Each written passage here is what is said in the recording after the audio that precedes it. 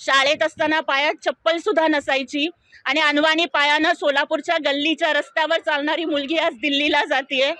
खरं वाटत नाहीये.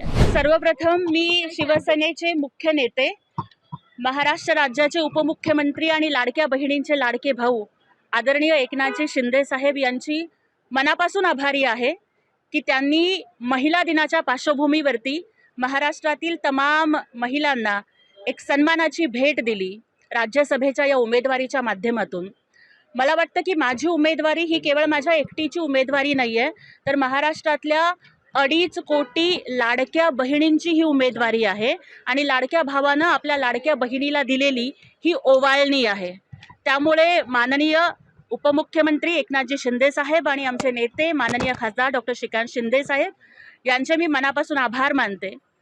आणि खरंच विश्वास बसत नाही आहे, कारण सोलापूरच्या एका गल्लीतली सर्वसामान्य कुटुंबामध्ये जन्माला आलेली मुलगी, जिनं आयुष्यभर गरिबीचे चटके खाल्ले, जिला सत्ता म्हणजे काय, राजकारण म्हणजे काय, पॉवर म्हणजे काय, पॉलिटिक्स म्हणजे काय या कुठल्याही गोष्टीचा स्पर्श नव्हता. परंतु वडील दलित पॅन्थरचे कार्यकर्ते, काबाड कष्ट करणारे माझे आई वडील, कदाचित त्यांना राज्यसभा म्हणजे काय आणि वरिष्ठ सभागृह म्हणजे काय आणि कनिष्ठ सभागृह म्हणजे काय हे पण त्यांना सांगून सुद्धा खरं वाटणार नाही.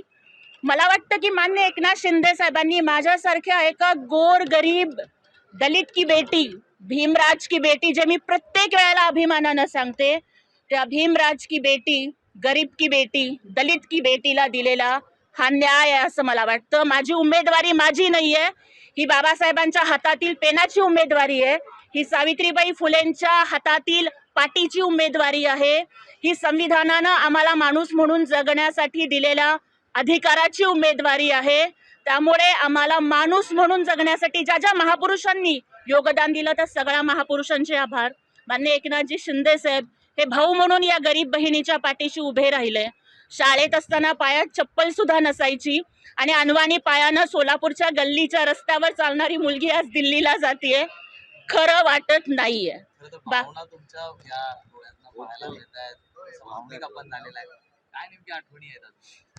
खूप आठवणी आहेत. भावनिक एवढ्यासाठी की जेव्हा मी शिवसेनेमध्ये आले, आदरणीय एकनाथजी शिंदे साहेबांच्या नेतृत्वावरती विश्वास ठेवून मी प्रवेश घेतला. खरं तर मिथ आहे राजकारणामध्ये की तुम्हाला राजकारण करायचं असेल तर तुमचा बाप मोठा असावा लागतो, तुमचं नाव मोठं असावं लागतं, तुमचं आडनाव मोठं असावं लागतं.